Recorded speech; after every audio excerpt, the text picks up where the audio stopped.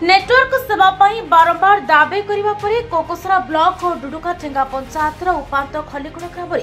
सरकार पक्षरु एक BSNL network आसीथिला किंतु दीर्घ 3 वर्ष बीती जाइतिले मध्य ए मोबाइल नेटवर्क कार्यकारी होई पारि नाही जहा फल ग्रामवासी मध्य असंतोष वृद्धि पाइबार लगी गाँव में नेटवर्क नथिबा जुकु अनेक असुविधार सम्मुखीन होउछन्ति लोके एमिते महिला प्रसव जंत्रणा हेले आंबुलांस को फोन करबा पई हेले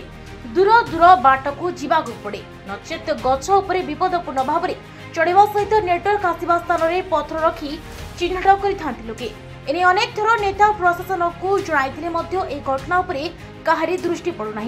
जहां ने ग्रामवासी मैंने असंतोष प्रकाश कर तुरंत नेटवर्क कार्यक्षम नहेले आंदोलन करने चेतावनी दी दीर्घ 3 ରୁ 4 वर्ष हलाना ई खलिगढ़ टावर करवा लगी बोलिकी जगह आसिक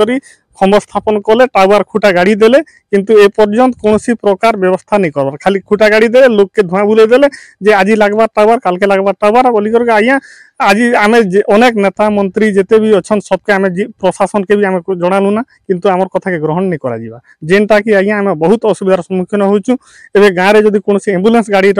आसबार अच्छे फोन करवार अच्छे बोले आज्ञा घाटी तल के उतरवार पड़े डुडका गाँव के जाइकरी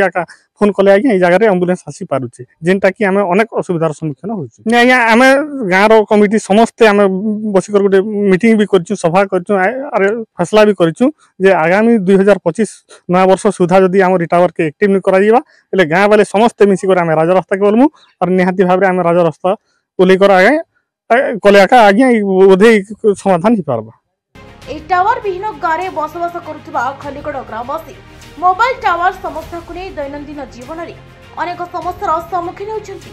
गर्भवती मां प्रसूति वेदना समय आशा दीदी आंबुलांस पाई हो कि अंगनवाड़ी दीदी प्रतिदिन सरकार को रिपोर्ट प्रदान पाई हो समस्त गाँव किसी दूर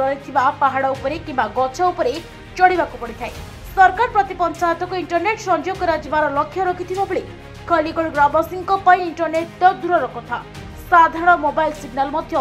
सात सफर हो पड़ी टावर कथा बेले एटा जे टावर देखछन पछाडे एटा सुनबा के पहलो जेटा हला बीएसएनएल टावर बाकी बीएसएनएल टावर बेले सरकारी टावर बेले टिके खुश भी लागला लागि छे बोली कहला के जल्दी हेबा बोली बहुत नेटवर्क घरे बसे कथा होल भाबलु घरे बसवा तो दूर कथा बाहर बस भी कथा नहीं पारबार यार टावर तो नहीं आसबार मशीन तो किछ नहीं लगाले टावर केन बात ना आसवा आरो बहुत असुविधा होगा पड़ुचे टावर नहीं आसबार इनकम नहीं आउटकम नहीं किछि नहीं सरकार परिवर्तन हला हेले लोकंक समस्या रे कोनोसी उन्नति आसिला नहीं आमे वर्तमान अछु एटा दुर्गाठेंगा पंचायत खलिगढ़ ग्राम रे आउ ए रास्ता दे डोकरी चंचरा पर्यटन स्थली अछि एठारे डोकरी चंचरा महोत्सव मध्य हुए दूर दूरांतर पड़ोसी राज्य तथा पड़ोसी जिल्ला भी अनेक पर्यटक माने एठा को आसंती हेले एठारे नेटवर्क सुविधा नाही आउ स्थानीय अंचल लोक मध्य कोनोसी सरकारी एम्बुलेंस किंबा कोनोसी लोकन को जोगाजोग करबा को हेले तांको प्राय 5-6 किलोमीटर जाई जोगाजोग करबा को हुए तो यही नेटवर्क व्यवस्था पाई सरकार खंबा तो गाड़ी देले किंतु ए पर्यंत यह कार्यक्षम होई पारला नाही आगो को देखा जाऊ ए खबर प्रसारण पर यही नेटवर्क बा बीएसएनएल टावर